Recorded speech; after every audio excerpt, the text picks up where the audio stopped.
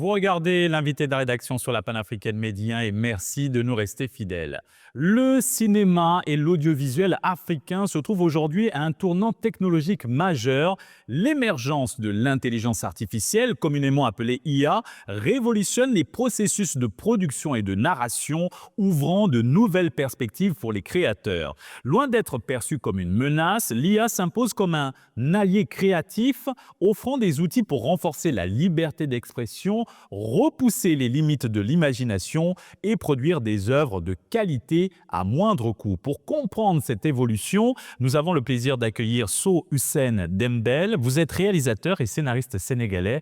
Merci d'avoir accepté cette invitation. Merci pour votre invitation.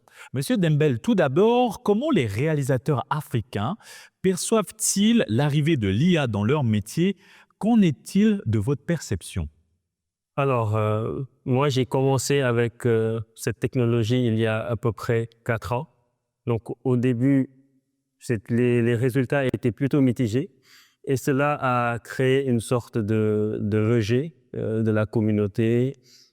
En général, des réalisateurs voient un déni des possibilités qu'offrait cette technologie. Et maintenant, ce que je remarque, c'est de l'indifférence. En tout cas, c'est l'expérience que j'ai avec les gens auxquels je parle et qui sont dans l'industrie du cinéma, qui travaillent comme techniciens ou comme réalisateurs. Il y a un manque d'intérêt et je pense que c'est dommage pour une technologie qui a autant de promesses que l'IA. En parlant de promesses, quelles opportunités concrètes l'intelligence artificielle offre-t-elle au cinéma africain aujourd'hui et à l'audiovisuel du continent en général? Alors, le cinéma africain a toujours été cloisonné à un cinéma d'auteur, souvent contemplatif, lent, parce qu'il y a toujours eu un manque de moyens pour faire un cinéma autre. Par exemple, des blockbusters ou des films de science-fiction, on n'en a pas beaucoup, même des épiques.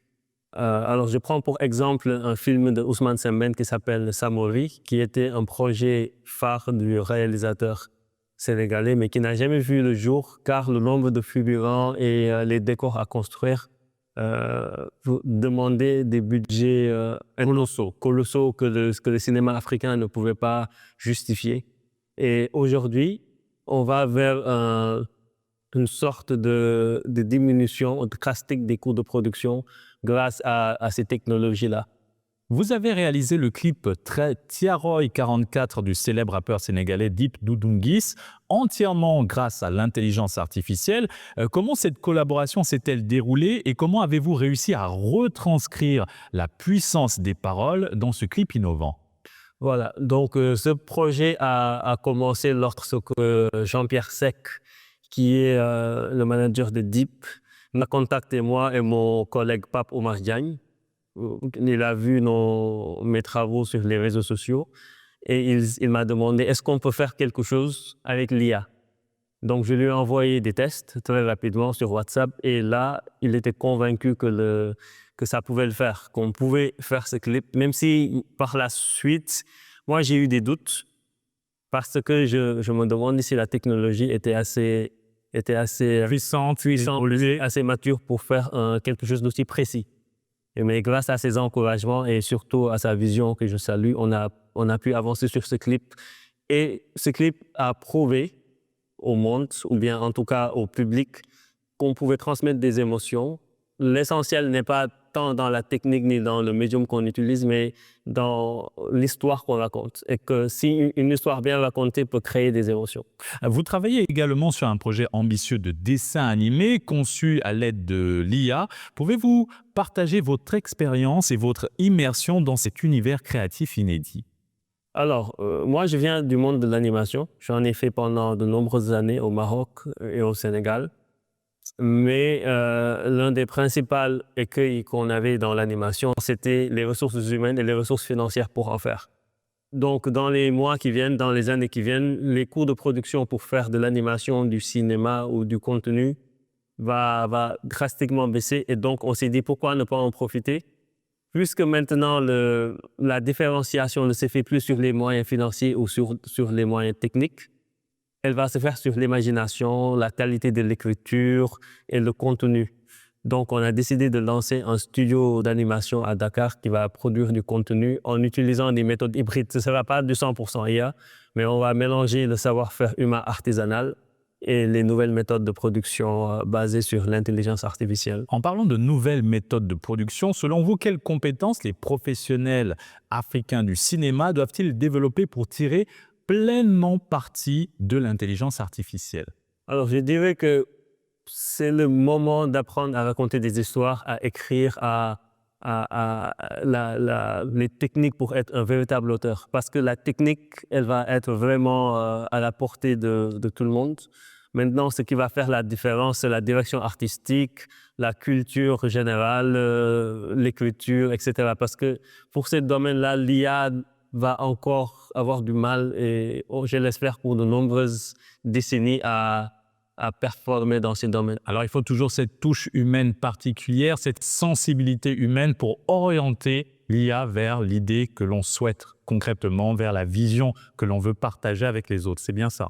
Oui, c'est un savoir-faire artisanal mêlé à une technique. L'IA, moi, je ne le considère pas vraiment comme un outil, parce qu'un outil, c'est un instrument qu'on utilise pour transformer la matière. Mais je considère que l'IA est un médium, c'est-à-dire c'est un nouveau médium, comme la peinture, comme la photographie, comme le film, qui va venir avec sa grammaire à elle-même et qui va nous permettre de raconter des histoires qu'on ne peut raconter qu'avec elle. C'est-à-dire, bientôt, ce qu'on peut faire en IA, on ne pourra pas le faire en film. L'émergence de l'intelligence artificielle dans l'audiovisuel et le cinéma africain se fait de manière très rapide. Des événements cinématographiques dédiés à l'IA sont même organisés, comme le AI Film Award de Marrakech, organisé le 2 décembre dernier. Quel regard portez-vous sur cet événement? Représente-t-il un tournant décisif pour le cinéma africain? Alors, je ne saurais dire si c'est un tournant ou non, mais en tout cas, c'est un bond en avant très important pour vulgariser et démocratiser la technologie et surtout montrer au public africain ce qu'on peut faire avec la technologie. Donc, vous aviez envisagé participer à ces awards, mais cela n'a pas été possible. Pouvez-vous nous en dire davantage sur cette opportunité manquée? Voilà, lorsque la créatrice du festival, donc que j'ai salué au passage, Oda Lazare, nous a contacté. Le clip ou le film qu'on faisait sur Tiaroy 44 était encore en montage.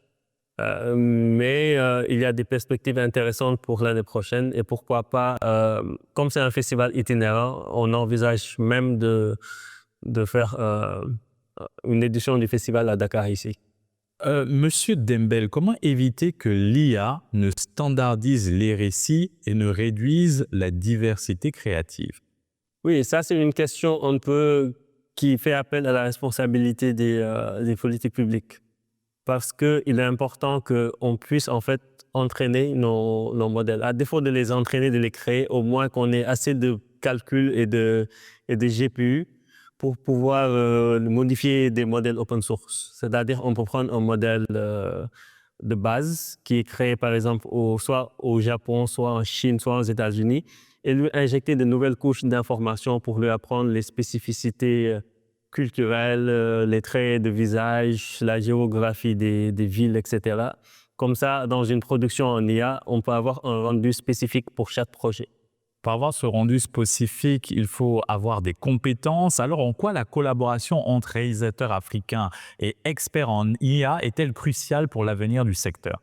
Oui, c'est comme en cinéma artisanal.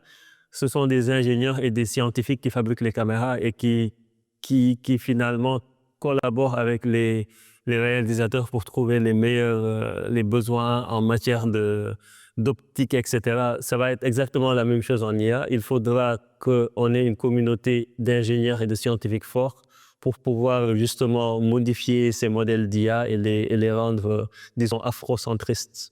Et encore une question avant de clore cet entretien. Comment voyez-vous l'avenir du cinéma africain dans cette ère dominée par l'intelligence artificielle et les nouvelles technologies? Alors, il y a du bon et du mauvais. Le bon, ce sera qu'il y aura une énorme liberté pour les créateurs. Chacun pourra faire le film qu'il veut. Et le mauvais point, c'est qu'on va être asphyxié de contenu. Il y en aura trop. Et après, la difficulté sera de faire la curation dans ce trop-plein de contenu pour voir qu'est-ce qui mérite d'être regardé ou non. Merci, Monsieur Dembel, pour cet entretien. Merci à vous. Et c'est ainsi qu'il s'achève. Excellente suite des programmes sur la panafricaine Média.